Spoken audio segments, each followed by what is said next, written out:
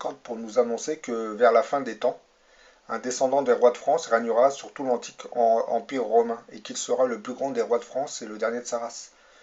Bah là, on nous explique que le grand monarque va reprendre l'ancien empire romain, donc il était assez vaste hein, l'ancien empire romain, donc il va contrôler une vaste région de la planète, hein, plusieurs pays, je dirais même.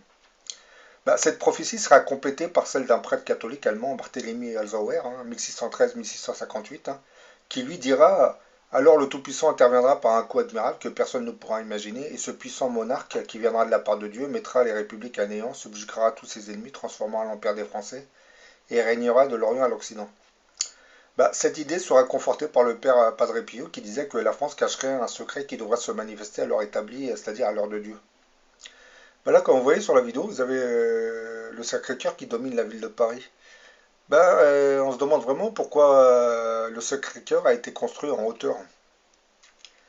Et on aurait pu le construire ailleurs, mais il a été construit en hauteur pour vraiment dominer la ville de Paris. Est-ce que c'est un signe annonciateur? Bon, j'en sais trop rien, mais bon, c'est étrange quand même, hein, parce qu'il domine bien la ville de Paris, le Sacré-Cœur. Sacré-Cœur qui veut dire cœur sacré de Jésus, hein.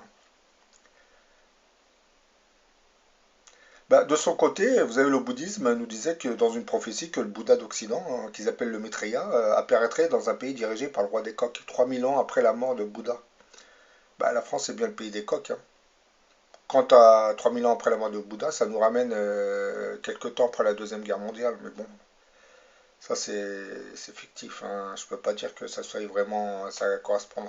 En gros, si on suit la prophétie du bouddhisme, le grand monarque devrait naître entre les années 50 et les années 2000, logiquement, d'après cette prophétie, hein, précisons-le.